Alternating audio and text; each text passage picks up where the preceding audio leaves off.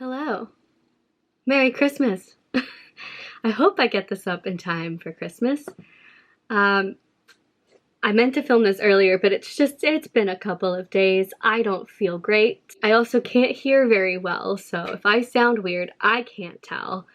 I also just spent way too much money in the last 2 days. I don't have a car right now because it's being worked on. Taking antibiotics that are making me very, very sleepy, and I'm about to be on a flight in a couple of hours.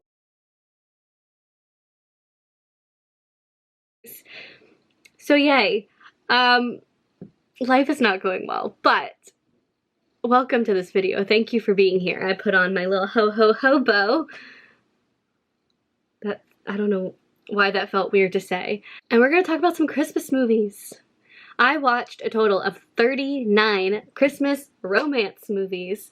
Basically I watched every single Hallmark Christmas movie that came out this year that was brand new, and then I also watched a couple of other ones like Netflix, Prime, stuff like that.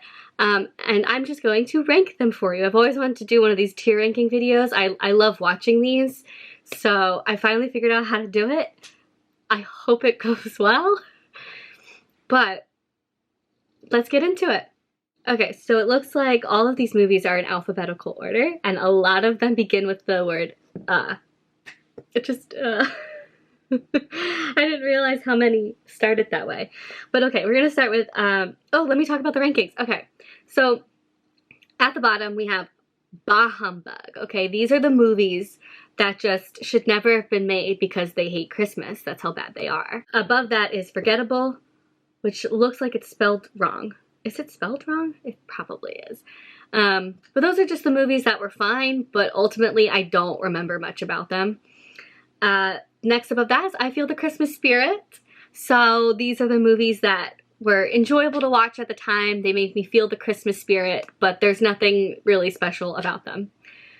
Above that we got Squeal Worthy. Okay, if the romance in the movie can make me like squeal, feel the warm and fuzzies, these are like great ones. These are good ones. And then above that are iconic / rewatch. These are ones that were amazing, ones I want to rewatch every single year. So that's the rankings. And let's get started with A Big Fat Family Christmas.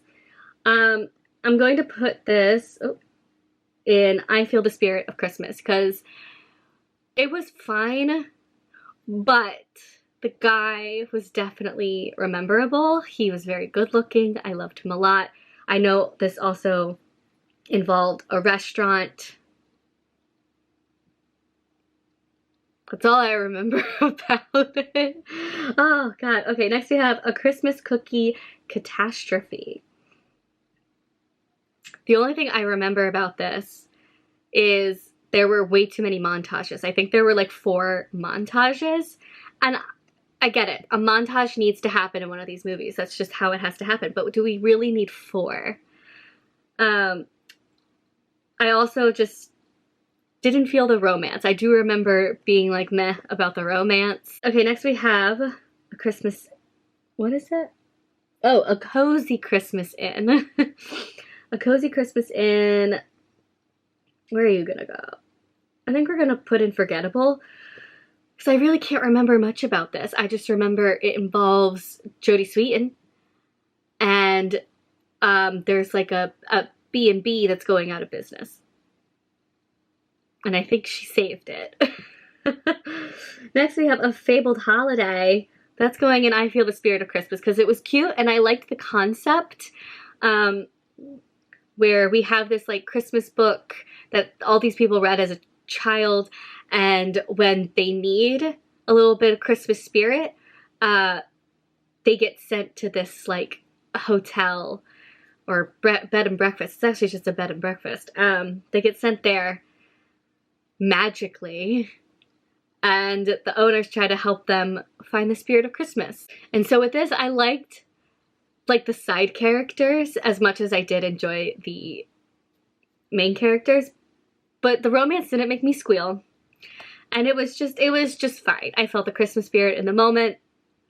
We're moving on to A Holiday Spectacular, which is going in iconic. I loved this one. First of all, we have the New York City Rockettes in it, and I love the whole going back and forth between present day and back into like the 50s. Also, Derek Klena is in this movie, and I'm in love with him, so obviously I fell in love with the romance that was going on. If you don't know, Derek Klena is like a Broadway legend. I did see him on Broadway in Anastasia. He was the perfect Dimitri. Oh my god. But yeah, so I absolutely loved A Holiday Spectacular. Next we have A Kismet Christmas, which is going in forgettable because I honestly have forgotten what this movie is about. I really don't remember it. I don't remember hating it, so that's why I'm not putting it in Bah Humbug. But I just don't remember what it's about. I don't remember anything that happens. Next we have A Magical Christmas Village, which I'm putting in I Feel the Christmas Spirit.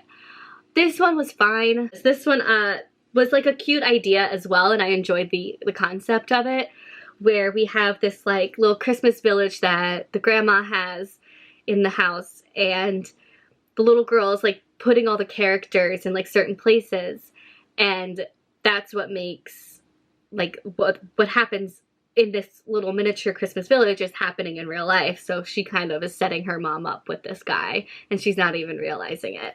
It was cute, but you know, whatever. Next we have A Royal Corgi Christmas, which I'm so sad to put in the I Feel the Christmas Spirit because I wanted to love this one, but it was just too cheesy for me.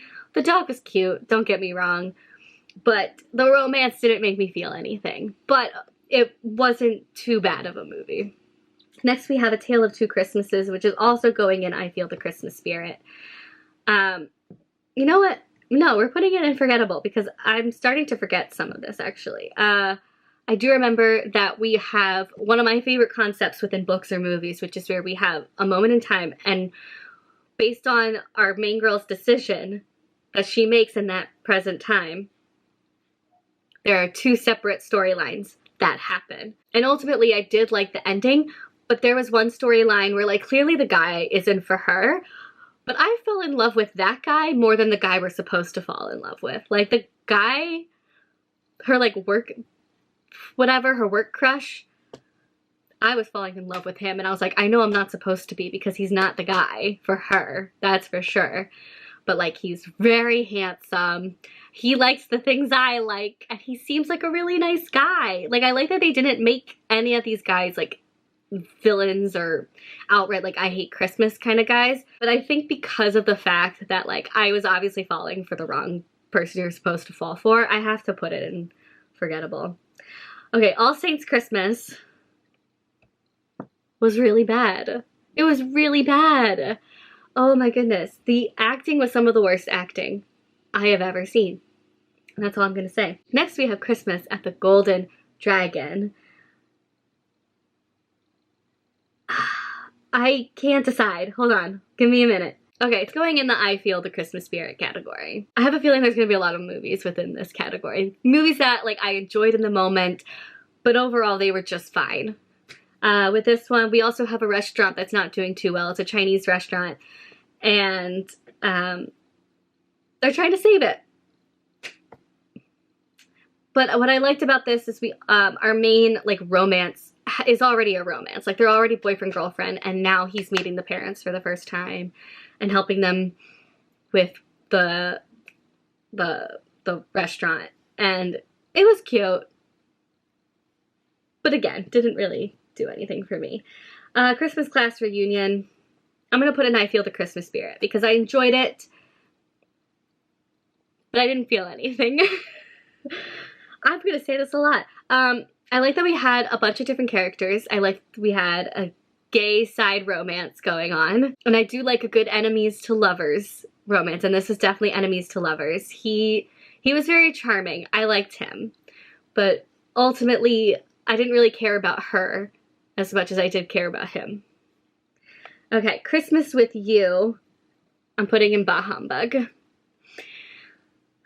I just didn't like this one. And also, I know the actors, their age difference is like 3 years, but they look like their age difference is 10 or 15 years.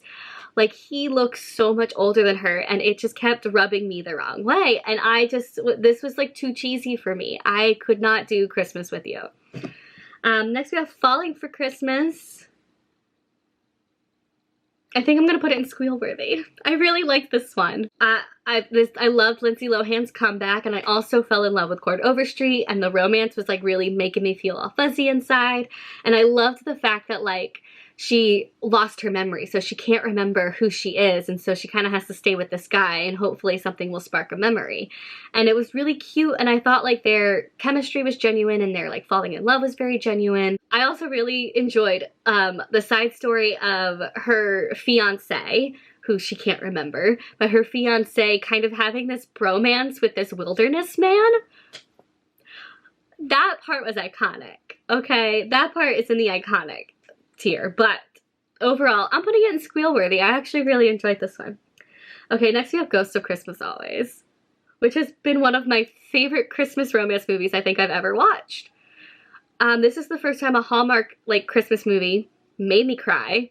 It's the first time a Hallmark Christmas movie has made me not know what's going on and not know what's coming next. I was like, I'm assuming they get together, but I have no idea how it's gonna happen.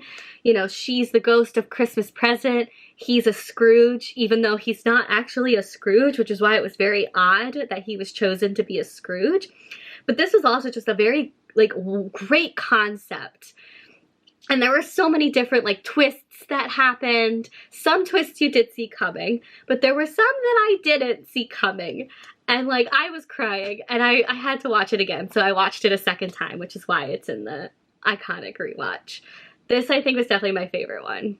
So please, if you ever get a chance, watch Ghost of Christmas Always. Okay, next we have Hanukkah on Rye, which I know is not a Christmas movie, but I'm including it because, A,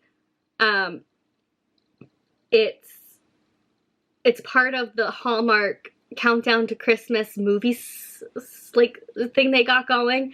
They always do Christmas movies and then one Hanukkah movie. And the other reason is because I want to put it in Squealworthy. I loved this movie. This movie was great. The only thing that would put it in iconic / rewatch is if Jeremy Jordan got to sing. He did not get to sing in the movie. And there was a moment, there was the opportunity for him to sing. And it didn't happen. And I was so upset. I was like, there's this whole scene where a bunch of people are like performing like Hanukkah songs that they wrote to try and get another Hanukkah song out in the world. And he just sits there, is like, yeah, I wrote one as a kid. And she's like, you should go and perform it. And he's like, no. And then he doesn't perform it. And I'm so mad. I was like, you had an opportunity to have Jeremy Jordan perform, and you're not taking it. Was very upset, but I did very much enjoy the romance. This also like involves a pen pal situation with like writing letters to each other, and they don't know that it's each other until of course like the end. And it's also an enemies to lovers. Like they actually hate each other because he's opening up a Jewish restaurant like right across the street from them, and it's like the restaurant competition that's gonna happen, but they're also falling in love with each other through these letters. It was cute. I really loved it. Next we have Haul Out the Holly. This was not good. I'm very upset. I was really looking forward to this one, but it wasn't funny. There were a lot of like things that just logistically didn't make sense. And the romance did nothing for me. The romance was stupid. So no. Next we have Holiday Heritage, where I'm putting it in I Feel the Christmas Spirit. I enjoyed this. This also was about Kwanzaa. And I really don't know anything about Kwanzaa, but thankfully this movie explained a lot about Kwanzaa. So now I know about Kwanzaa. But overall, I don't think it was very well done. The romance, I don't think was well done. But I enjoyed the three generations, the grandma, the mom, and the daughter. I like their dynamic. Other than that, it was fine. Next we have Hotel for the Holidays. I'm putting it in Forgettable. I'm sorry. As much as I love these two actors, this movie just wasn't it. This movie wasn't it. Okay, next we have In Merry Measure. I loved it. I really enjoyed this one. I was not expecting to, but like that guy, like our romantic lead is definitely my kind of guy. Dorky, glasses, lanky. I like it. He was also just like very cute and charming. And there was also a whole like singing competition. And they were like rival choir directors for the singing competition until eventually they decide to work together and combine their choirs to then like win this prize or whatever. And they were also went to high school together and were enemies in high school, so we've got other enemies going on. It was great. I was squealing so much with this one. Okay, next we have Inventing the Christmas Prince. I'm putting it in squeal worthy. I also very much enjoyed this. I think our main guy was so good looking. He was so cute. And he kind of starts out as a Grinch, but then you get to know that like it's not so much that he wants to be a Grinch. He's just very much like a rigid, everything has to be by the book person until our lead, Tamara Mowry, is like, live a little, and like helps him feel the Christmas spirit and live a little. And yeah, it was very cute, very sweet. Next we have Jolly Good Christmas. I'm putting it in forgettable. I think I remember liking it when I watched it, but I can't remember much about it except that it's very British. And we have a girl who's trying to help this guy find a Christmas present for his girlfriend. But him and the Christmas shopper that he's hired to help him end up falling in love. But other than that, I really don't remember anything about this movie, so I have to put it in forgettable. All right, next we have Lights, Camera, Christmas, which is my least favorite. My least favorite of the whole bunch. This is one of the worst Christmas movies I have ever watched, and I'm really upset because I had not high expectations, but I really love the actress that's in it because she was in two of my other all-time favorite Hallmark Christmas movies. And the concept seems so fun. They're filming a Hallmark Christmas movie, and we have the male lead actor in the movie, and then we have the costume designer who's hired last minute because the other one like backed out, and they kind of like have this romance, but he was not charming at all. Like, I did not like him. I was like, I don't understand why you're falling for him. Like, yes, he gets vulnerable when he's with you, but when he's around other people, he's so conceited. It was just like so unattractive. And also, like, there were so many filmmaking things that took me out of the story. Like, the lighting was just awful. There was one scene where they were like sitting down at having dinner, and they would like have a close-up on her and a close-up on him. Close-up on her looked like nighttime. Close-up on him looked like daytime. And I was just like, what is going on? Was this filmed on 2 different days and no one could figure out how the lighting was like the day before? It was just so distracting. All these different like camera things that I just, please avoid this one at all costs. Okay, next we have My Southern Family Christmas. I went into this with like really low expectations because I watched like a preview, I watched a trailer, and I was like, this doesn't look good. And I cried my eyeballs out. Oh my god, it was just so sweet. So I also really liked the guy. This was about a girl who, her dad left when she was a kid, and so she never like really saw him after that. And then she finds out that, she finds out, you know, where her dad is and like what he's doing now, and finds out that he had 2 other kids with another woman, and so she has sisters. And then as she's like researching him, her boss at the like, she's a journalist for an airplane magazine. She's like looking up, her boss comes by, like, oh, you should write an article about him. Look at that, like this and this and this. So she ends up going to New Orleans, or not New Orleans. Maybe it is New Orleans, I forget. But she goes somewhere in the South to pose as a journalist, to like interview him and talk about how he's the Père Noël. And with that, she's like also getting the chance to meet him and get to know him, and like meet her sisters and get to know them.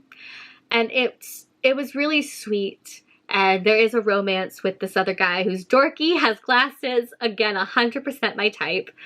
And yeah, it was, and the ending too, when she like reveals who she is, I cried. It was so sweet. Okay, next we have Noelle Next Door. I'm putting this in squeal worthy. I enjoyed this one quite a lot, actually. I also like that we have like disability representation. So he has to walk with a cane because he had a stroke recently. So he's got a little bit of a disability, and he's also very much a Grinch. But the way they make him a Grinch, I agree with him. Like a lot of the things that he was getting mad about, I was like, no, you are right, sir. You're allowed to get mad about that. And then there was also a kid, which I appreciated, because a lot of these Hallmark Christmas movies have children, and the children are always like too perfect or they're too annoying that it ruins the movie for me. But this kid was not perfect. He was a little bit of annoying. He was a brat. But by the end of the movie, he learned his lesson. He apologized. And I was like, yes, this is what we need. And I did actually really enjoy the romance in this one as well. Okay, next we have Something from Tiffany's, which I am putting in squeal worthy. I enjoyed this one. It's not one of my favorites, but I did really like the romance. I also really thought the guy was good looking and charming and cute. But it was fine for me. But I enjoyed the romance, and I really liked Zoe Dutch's character. Okay, next we have Spirited, which I know is not technically romance. There is a side romance in it, but I'm mainly talking about the bromance that happens in this, because the bromance was great. But I'm putting this in I Feel the Christmas Spirit. This was fine. It was enjoyable, but the songs were forgettable. Like, I really don't remember any of the songs except for Good Afternoon. Good Afternoon was a great song. And it was a fun concept, and I enjoyed it, but like overall, I don't think this is one I'm gonna watch again. Next, we have Time for Him to Come Home for Christmas. This was on Hallmark Movies and Mysteries, which is different from Hallmark. They're two separate channels. But this one I'm gonna put in the I Feel the Christmas Spirit category. I enjoyed watching it at the time. It's more on the dramatic side than it is on the comedic side. So this one it was fine. And the romance was fine. I liked that we talked about two friends who broke apart because of a death that happened within their friend group, and they were both grieving about it, but that grieving kind of led them apart from each other until they were forced to be together. And yeah, and they learned a lot about what happened when this person died, and it was just really sweet. Next we have The Holiday Sitter. It is so cheesy, but I enjoyed it. I really enjoyed it. This is about a guy who hates Christmas, hates children, and his sister is like, I'm desperate, I need you to look after my kids during the holiday time. We'll try and be back by Christmas morning. And so he's like not doing a great job, so the neighbor is helping him out, and the neighbor and him kind of have a romance that's really sweet. But I was watching a TikTok that was like showing this one scene from the end of the movie, and it was like, out of context, this scene is so dramatic. Honestly, in context, the scene is so dramatic, but like, it was just, if you don't know why the whole like pancake thing was like so dramatic, then yeah, you're gonna be like, what the hell is going on? But yeah, no, I really enjoyed The Holiday Sitter. Next, we have the most colorful time of the year. We got a guy with glasses who's dorky. I can't help it. It's my type. But this is about a guy who is colorblind, and you know, is very like prideful and like doesn't want anyone to know that he can't see color. She is an optometrist, and she's like, I think he's colorblind. Finally gets it out of him that he is colorblind, and she signs him up for this like trial to try these glasses that will help him see color. And I will say, when he puts the glasses on and he sees color for the first time, I started crying. It was so sweet. And yeah, I enjoyed their romance. It wasn't like iconic, but I still like squealed a few times. So I enjoyed that one. Next we have the Noel Diary. I was really enjoying this one until the ending. The ending ruined this one for me. So that's why I'm putting it in forgettable, because I want to forget about it. Next we have the Royal Nanny. Squeal-worthy. I really enjoyed this one. It was very fun and I liked the guy, but we have someone who works for the like British intelligence agency. I forget what they're called. It's like the CIA for Britain, and there's a threat to the royal family. So they sent her undercover as the like nanny to like take care of the family and like look after them and oppose any threats that are happening. But she ends up falling in love with the prince. He ends up falling in love with her, and it's really gosh darn sweet, but also funny. There are funny moments. Next we have Three Wise Men and a Baby. Okay, I'm putting it in squeal-worthy even though there was barely any romance in this, but I just really enjoyed this one. So this one we have three brothers who don't really get along with each other, and they have to take care of a baby together. A baby was dropped off at the fire station, which one of them is a fireman, and so he takes it home to take care of it until Christmas, because that's the note that was left on there. It's like, I'll be back by Christmas, take care of him for me, which I think was just so stupid. So now these three brothers have to take care of this baby together, and it's just so funny. I found this movie hysterical. I was actually laughing out loud, and each of the brothers gets a romance, but because there's like three of them and they mainly focus on the brother relationship, they don't focus too much on like the romances, but it was still there and I enjoyed it. Okay, next we had 'Twas the Night Before Christmas. Yeah. No. Okay, yeah, I'm gonna put it in I Feel the Christmas Spirit because I really liked the guy. I liked his personality. He was great. She was a little bit annoying, and I also really liked the concept of this being like a murder mystery play that the audience gets to decide who, not murder mystery, oh my goodness. It's like the audience is the jury, and they get to decide who actually wrote 'Twas the Night Before Christmas. So they have actors coming on stage to play all these people to decide, was it this guy or was it this guy who wrote the poem? And by doing this, they actually brought back, like they actually had the ghosts of the actual guys who claimed they wrote the poem. So they came on stage. So it was like really like interesting. So I think it was like an interesting concept. I liked it, but it didn't really do much for me. Okay, next we have Undercover Holiday, which I'm going to also put in I Feel the Spirit Christmas because I liked it. I didn't like it as much as the Royal Nanny because this one we also have like a bodyguard looking after her, but she doesn't want people to know that he's her bodyguard for some reason. I feel like that's fine. So she's like, he's my boyfriend.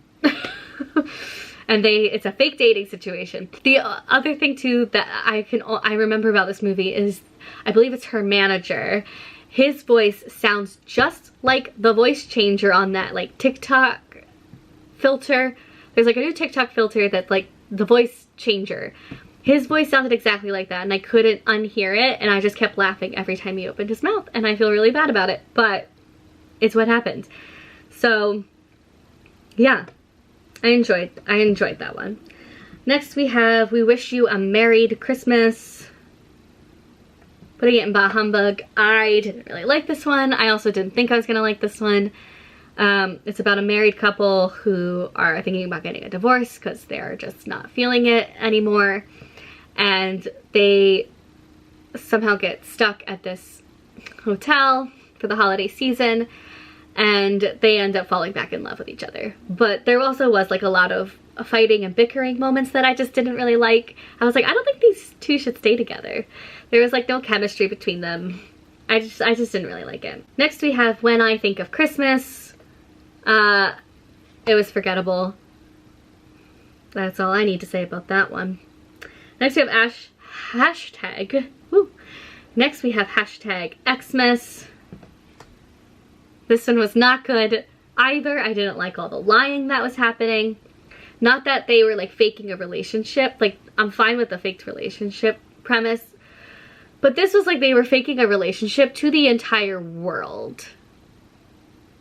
And yeah, it just like made me very uncomfortable with the way that they handled the fake dating aspect.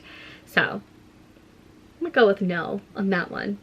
And then last but not least, we have Your Christmas or Mine. I loved it. I loved it.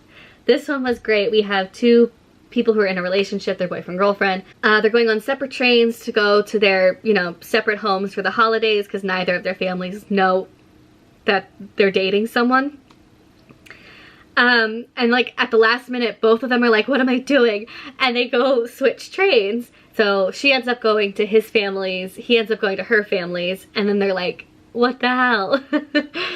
And then they can't get back on the trains to go back the other way because the trains are stopped. And so they have to then spend the holidays with these families that they don't know. They start learning things about the other person that they didn't know. And it was very fun. I loved it. There is one scene I do want to give you a trigger warning where something happens to a dog, but don't worry, the dog is not dead. They did not kill a dog in the movie. When that scene happened and I was like, oh my god, did they just kill the dog in front of my eyes? That's going down like 3 notches. No. But don't worry, the dog is not dead. But just be warned, something happens to a dog. But there you have it, my rankings of my Christmas movies that I watched this year. Yeah, that's what we got. So thank you for watching this video. You can let me know down below what you think about these movies if you've seen any of them. Or if there are any other that came out this year, because I know I didn't watch any Lifetime ones. Or yeah, any other Christmas movies that you think I should watch, please let me know. And yeah, have a happy holiday season. I will see you guys later with more videos. Bye.